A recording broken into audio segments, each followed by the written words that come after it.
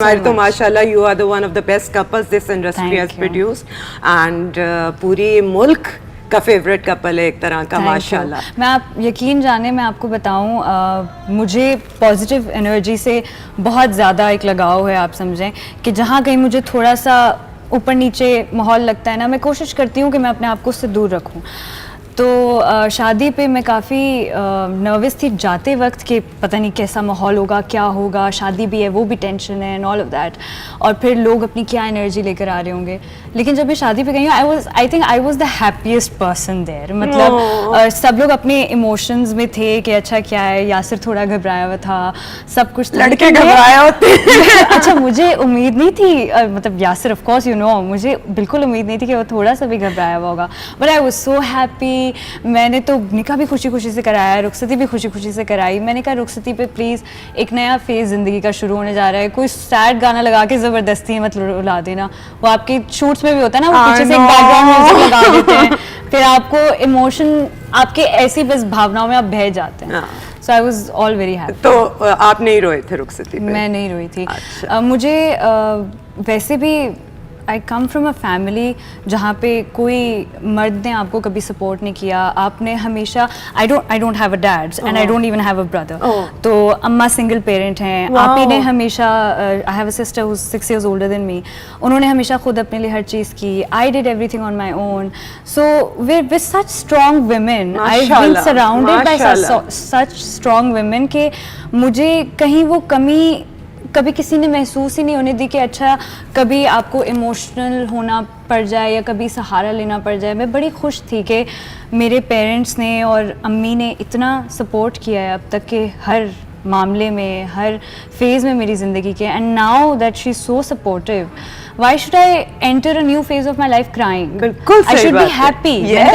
पहली ज़िंदगी इतनी अच्छी टफ स्ट्रॉन्ग गुजारी है, अब इसमें आप रोते हुए एंटर कर रहे हैं। मैंने कहा नहीं, मुझे इसमें भी खुशी में जाना है जैसे मेरी पहले की ज़िंदगी थी। तो बचपन के बारे में थोड़ा सा बताओ इकरा। माशाल्लाह your mother is raised such a nice girl. Thank you. तो कैसी थी तरबियत, क्या होता था घर में?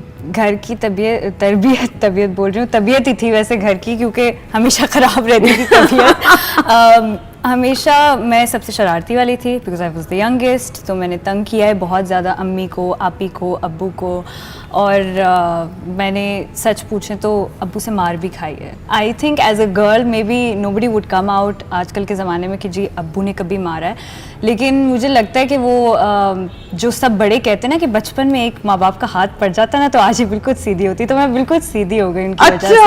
और मुझे बड़ी खुशी मिलती थी कि अच्छा, क्योंकि वही कनेक्शन होता था। अब्बू used to go to work और काफ़ी जल्दी मेरी एज में, लाइक आई वाज 12 ही लेफ्ट अस।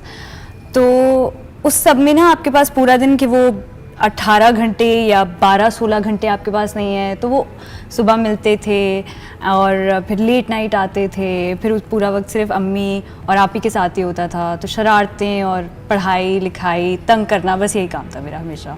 तो इस फील्ड में आना तो अभी भी मुश्किल है, it's not easy to convince your families अभी भी। तो आपने कैसे कन्विंस किया? मैंने कन्विंस बहुत मुश्किल से किया था, क्योंकि अम्मी की सिर्फ प्रायोरिटी ये थी कि बेटा आप पढ़ रहे हो अभी, and it's been 7 years now that I'm in this industry and I'm 22, so I know you're a baby. I was here like in what 14 or something, 15 में आ गई थी मैं। तो अम्मी की प्रायोरिटी बस ये थी कि बेटा आप अपनी पढ़ाई कंप्लीट करो, फिर आपने जो करना है आप करो, मुझे कोई मसला नहीं है, it's your career, it's your life, आप जो चूज़ करना चाहते हो गो अहेड विद इट। तो ये कन्विंसिंग वाला पार्ट मुश्किल था। अम्मी के साथ आप ही के पास में गई, बस एक कमरे से दूसरा कमरा बदला, आप ही के पास गई, आप ही को बोला यार आप ही मैंने ये करना है तो प्लीज़ आप बताओ, आप अम्मी को समझाओ कि करने दें, एक दफ़ा का चांस है। आप ही ने समझाया, कन्विंस हो गई अम्मी। फिर मुझे एक डेडलाइन मिलती थी कि बेटा ये 1 साल है, अब आप इसमें अगर हमें प्रूफ कर देते हो कि ओके कि आप इतने अच्छे हो, तो आप एक्टिंग कर सकते हो, एक्टिंग कर सकते हो, तो फिर शायद हम आपको इजाज़त दे दें कि आप पढ़ाई से ब्रेक ले लो। Because if we don't find anything better than that कि अच्छा अगर आप गैप ले रहे हो तो आप कुछ बेहतर कर रहे हो, अगर ये नहीं दिखता तो फिर आपको वापस पढ़ाई की तरफ आना माशाल्लाह एक्ट्रेस तो आप इतनी सॉलिड हो, इतनी thank you सॉलिड so हो much. कि even I learn from your performance. नहीं नहीं please don't seriously I am not lying, लेकिन इसको सर पे ना चढ़ाना, नहीं, it's so- लेकिन it's an you honor that it's are coming from you. बहुत अच्छी एक्टर हो Thank तुम, you. Seriously Thank you. बंदा हैरान हो जाता है। तुम और सजल आर लाइक के मैं हैरान हो जाती हूँ Thank you so कि ये करती कैसे है। नहीं थैंक यू। तो पहला प्रोजेक्ट कौन सा था? पहला project was on a second lead, it was किसे अपना कहें, दैट वाज फॉर हम। 2 मैंने सेकंड लीड पे किए थे, then I did Muqaddas, that was a hit for MD. फिर वहाँ से एमडी के साथ एक कहानी और एक सिलसिला शुरू हो गया, तो I did projects for them and now I am here. तो अभी तक जितना काम किया है, are you satisfied with your career? अल्हम्दुलिल्लाह आई एम सो सेटिस्फाइड। जो भी मैंने चॉइसेस मैंने हमेशा अपने करियर में, अपने फील्ड में अपनी चॉइसेस खुद की हैं। मैंने कोई फ़ोटोशूट करना है, मैंने कोई ड्रामा करना है, स्क्रिप्ट मैं खुद पढ़ती थी, मैं अपने कैरेक्टर्स खुद चूज़ करती थी। I don't know how I have this in me. इतनी अकल कहाँ से आ गई? कहाँ से है लेकिन ये थी मुझ में हमेशा से। मैंने कभी किसी से नहीं पूछा कि आपको क्या लगता है, ये स्क्रिप्ट आप मुझे पढ़ के बताएं, do you think I should do this और not. I chose my characters and I think they made me who I am at the moment. yes, बहुत स्ट्रॉन्ग खवातीन लड़कियों के तुमने कैरेक्टर्स किए हैं। Thank you. सोच के तुमने ये सब कुछ चूज किया है, तो I am really impressed. Thank you. Yeah. Thank you. Very good. I've always thought कि लड़की के रोने धोने से बहुत कुछ है इस दुनिया में और इस ज़िंदगी में करने को। मतलब एक लड़की की लाइफ में रोए बगैर भी वो बहुत कुछ अगर अचीव नहीं भी कर रही, तो उसकी ज़िंदगी में ऑलरेडी बहुत कुछ है ऐसा जो उसकी अचीवमेंट्स हैं। हाँ, लड़कियां हर वक्त रोती नहीं रहती हैं, हर लोगों को ये एक लड़की पता लग हमें- जाना चाहिए। Exactly. But you know what, I am glad कि अब जो इंडस्ट्री में एक चेंज आ रहा है, जो आपको मतलब देयर इज़ अ परसेंटेज जो आपकी स्क्रिप्ट्स को ऑफर होता है, उसमें वही रोना धोना होता है। लेकिन कभी कभी ना कोई ऐसी आपको कहानी, एक ऐसा कैरेक्टर मिल जाता है जो माइंडसेट्स चेंज कर सकता है। बिल्कुल, यही तो काम है एक्टर का और हमारी और वो इंडस्ट्री चूज का। करना, वो भी एक बहुत मुश्किल काम है। और उससे पहले आई थिंक ये मुश्किल काम है कि लोग ऐसी कहानियाँ और ऐसे कैरेक्टर्स बनाएं, क्योंकि जब तक बनेंगे नहीं, एक एक्टर को ऑफर नहीं होंगे। एक एक्टर को ऑफर नहीं होंगे तो वो करेगा कैसे, बेचारा लोगों क्या को करे? कैसे दिखाएगा? क्योंकि एट द एंड तो आप लोगों को ही दिखा रहे हैं ना, उनकी सोच बदल रहे हैं, उनको एक कहानी ऐसी दिखा रहे हैं जिसको वो सच समझें। क्योंकि मैंने इतने सारे लोगों को देखा है, वो सच्ची में हर कैरेक्टर को बहुत गौर से देखते हैं और वो समझते हैं कि हाँ हम यही हैं। जैसे अगर मैं आजकल कोई नेगेटिव कैरेक्टर कर रही हूँ, तो वो सच्ची में समझते हैं कि शायद मैं इतना झूठ बोलती होंगी, शायद मैं सच्ची में इतनी बुरी हूँ। तो ये मुझे काफ़ी अच्छा लगता है कि लोग इतना सीरियसली किसी चीज़ को देख रहे होते हैं जो हमने इतनी मेहनत से बनाई है।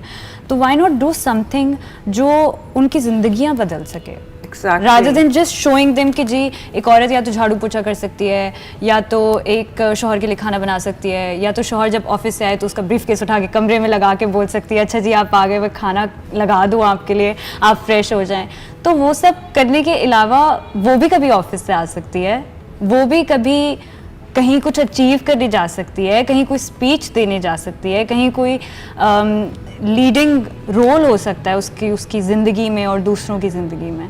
So I think it's very important for the channels and the production houses to make something like that. ऐसे मियाँ भी दिखाएं जब बीवी थकी हुई आए तो ना फरमाइश करें, वो कहें बेबी तुम क्या खाओगी, मैं गरम कर दूं? बिल्कुल। अच्छा वैसे सच्ची बताऊं, ड्रामे की तो एक हट के बात है, मैं बड़ी खुश हूँ और मैं बड़ी लकी हूँ। मैं जितना अपना अल्लाह का शुक्र अदा करती हूँ ना अपनी ज़िंदगी के लिए, जो मेरी शादीशुदा ज़िंदगी है वो उतना कम है।